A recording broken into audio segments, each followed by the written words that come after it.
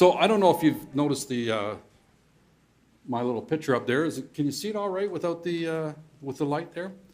So what do you think that's all about, other than reading it?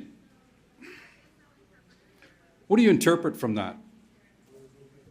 So the one door is open, the other is closed, right? If you can see the one on the left, the door is closed, open, and the other one's closed.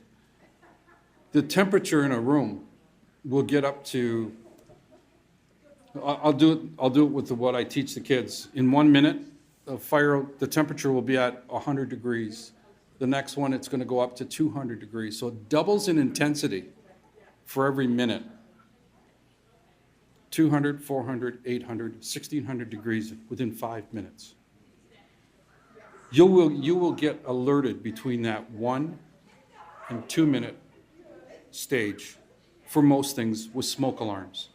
Smoke alarms do save lives, and that's what, once you hear that smoke alarm, you probably have 90 seconds to get out.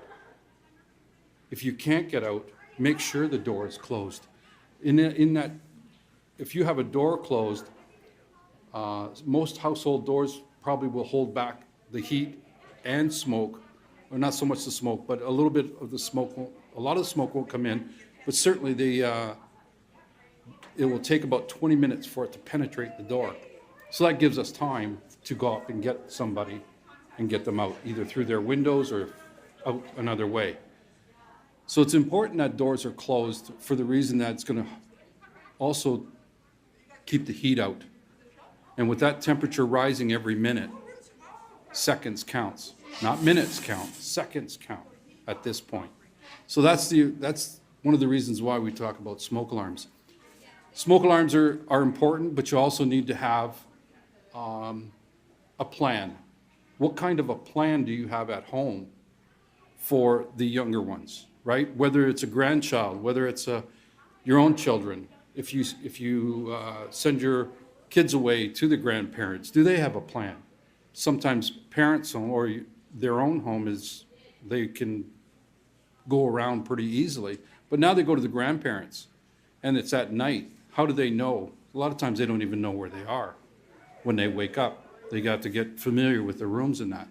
So one of the things that we like to see in the fire service is everybody have a plan. How many people here have a plan right now at their home if they were to if a fire was to ever be in their house? So how many people have a plan? So about 4 or 5 of you, right? How many people have actually practiced that plan? Anybody practiced the plan? So it's okay to have one. Have you communicated to your kids, your children? Now's the time to start thinking about practicing. Do yourself a favor and practice it when they're asleep before you even before you do your alarm. And for those who have one, try it. 2 o'clock in the morning, or when they're sound asleep. Maybe it's 11. Could be 4 o'clock, depending on how old they are, right? Find out what they're going to do. And I think that's the important part. Find out what they're doing. Do the practice. Hit the button. Do some fake smoke. See what they do. You need to know how they're going to react. And then from there, you can build on that reaction. We have known that kids will hide. They won't even wake up sometimes because they don't hear it. They don't recognize it. Some will even panic because it's a strange noise in the middle of the night. And they don't know. Sometimes they'll hide under the bed or in a closet. Still, that happens. So we need to know what our children are going to do, so we need to do that plan and practice it. You can practice it once you've identified some of the areas that you need to do better, and then you work with the kids and you practice it through the day and you go through a few scenarios that way. And then try it again one night to see how that scenario works. So it's just an interesting concept that we're trying to put out now. It's not enough just to have a plan. You need to practice for that plan. All right? In the fire service, what we're also finding for smoke alarms is people just aren't recognizing what's going on with them. I'll bet a lot of you have heard the smoke alarms go off and you wonder, how come that's going off? So what do? You frantically run around and you're trying to check out to see what's going on. I see a lot of faces and smiles going, yeah, he knows what we're doing. One of the things that you really want to pay attention to is that little gizmo that you should be replacing at least once a year, is that little battery. If you hear that chirp, that means the batteries are going low or they're dead. And it's telling you, hey, replace me. I can show you some of the new products that are on the market. I've got a ladder so that if you have a second story in your home, put the ladder inside there. If they're teenagers, you might want to caution you on that one because that's their in and out. But I'll leave that up to you guys, okay? But it's just a simple ladder that you can get down. And if you're on that second story, you practice that as well, okay, to get out. I've got a second story ladder that it's going to be auctioned off later or whatever they do, raffled off. But it's for 2 stories. They also have 3-story ladders that you just connect. You let it fall down to the wherever it goes. You hook it onto the windowsill and get out and go down. But if you don't practice, if they don't know how to climb a ladder, right, then those are the things you need to do when you're practicing on your plan. Smoke alarm's going to give you that time. Remember that 90 seconds. When that smoke hits that smoke alarm, 90 seconds to get out. 90 seconds. Think about that. Can you do it? Okay? Nowadays with the new smoke alarms and everything that they have them that you can get them on your phone. So if you're not there that day at home, you can get them over the phone, your phones. You have apps now for that. There's a Nest product. I think Kitty has one that's out there, as well as First Alert. All have them where they can identify where all this stuff is. All right? So it's important. In a home like this is not uncommon. We see these all the time. Okay? So the important thing is, a lot of people they might just close or leave the doors open a little bit. Even that little bit, the heat may push that door right open. And now all that smoke and flames or heat are going in. Fire doesn't kill us. It's the smoke and the heat that will knock us down real quick. But in that 90 seconds, again, where is your meeting place? So you guys have to establish that meeting place. Meeting places should all be out front. Once you're there, establish some communications. I'll throw a little something else at you. How about the babysitter? She's there that night doing the babysitting. Have you ever asked the babysitter, what's the address of your house? Does she know? Good question, isn't it? I've taught a few babysitting courses, and I'll tell you what, they don't even know where their friends' house are when they go over to visit their friends. They wouldn't even know that address. The babysitter should also go through that process with the kids. If the kids are old enough, they can go through it with the babysitter as part of a routine that she has. So always keep that in mind when you have babysitters over. Those are a couple of questions you want to know or give them, right? They should need to know what the address is.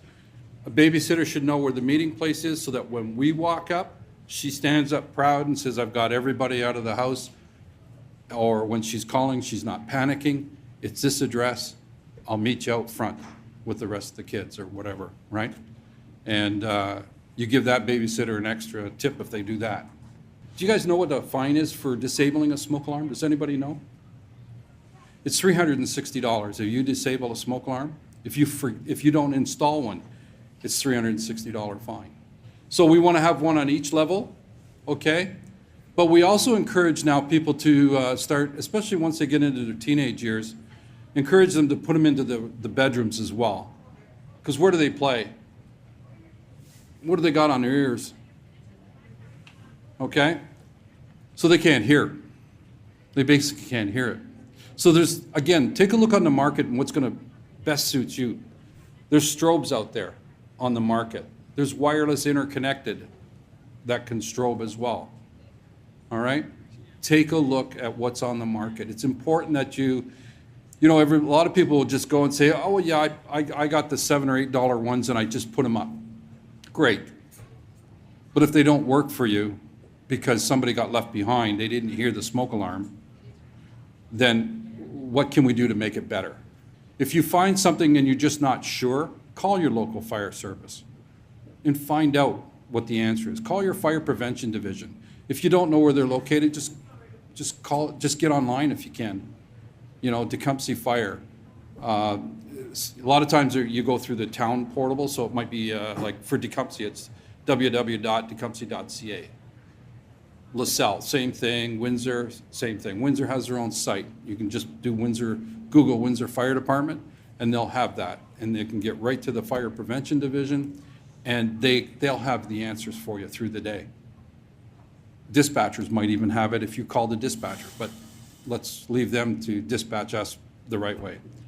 That we don't want to bombard them with a bunch of phone calls. But certainly, through the day, that's where you go. So I'm an old guy.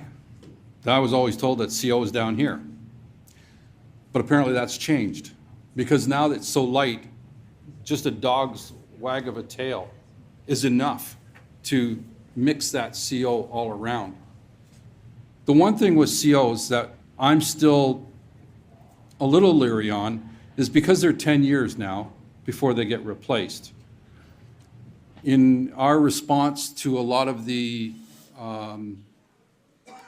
our responses to CO calls, what we're getting is they're too old. They've actually expired earlier than what we thought. Maybe there's a little bit more carbon in the houses, but it's not at a level it's just, what does carbon monoxide do? Smoke alarms you can take and you can wave, and you can pretty much put something in front of it and it will stop working, right? It works still, but you can kind of fan it out. With CO, it's an accumulation onto the pad or whatever. So it's just always accumulating. So you want to make it, you certainly wouldn't put it in a garage, because you start your car in there. If you put it just inside the house, where you might have a door from the garage to the house, you want to put it in that's a little further in. But certainly, hopefully that one captures it. Usually if it's in the hallways where they need to be in the sleeping areas, again, on all levels, in the sleeping areas as well. Now, if you have electric, a lot of people will say, well, I don't have gas in my house. Great. But if you have a garage, you still need a CO in that part of it, right? Because you want to put it in the sleeping areas, again. All you guys know your own homes and how that works. So there's instructions, there's things on plans that you can get on websites on how to develop a plan. Work with those plans and you'll be all right, trust me.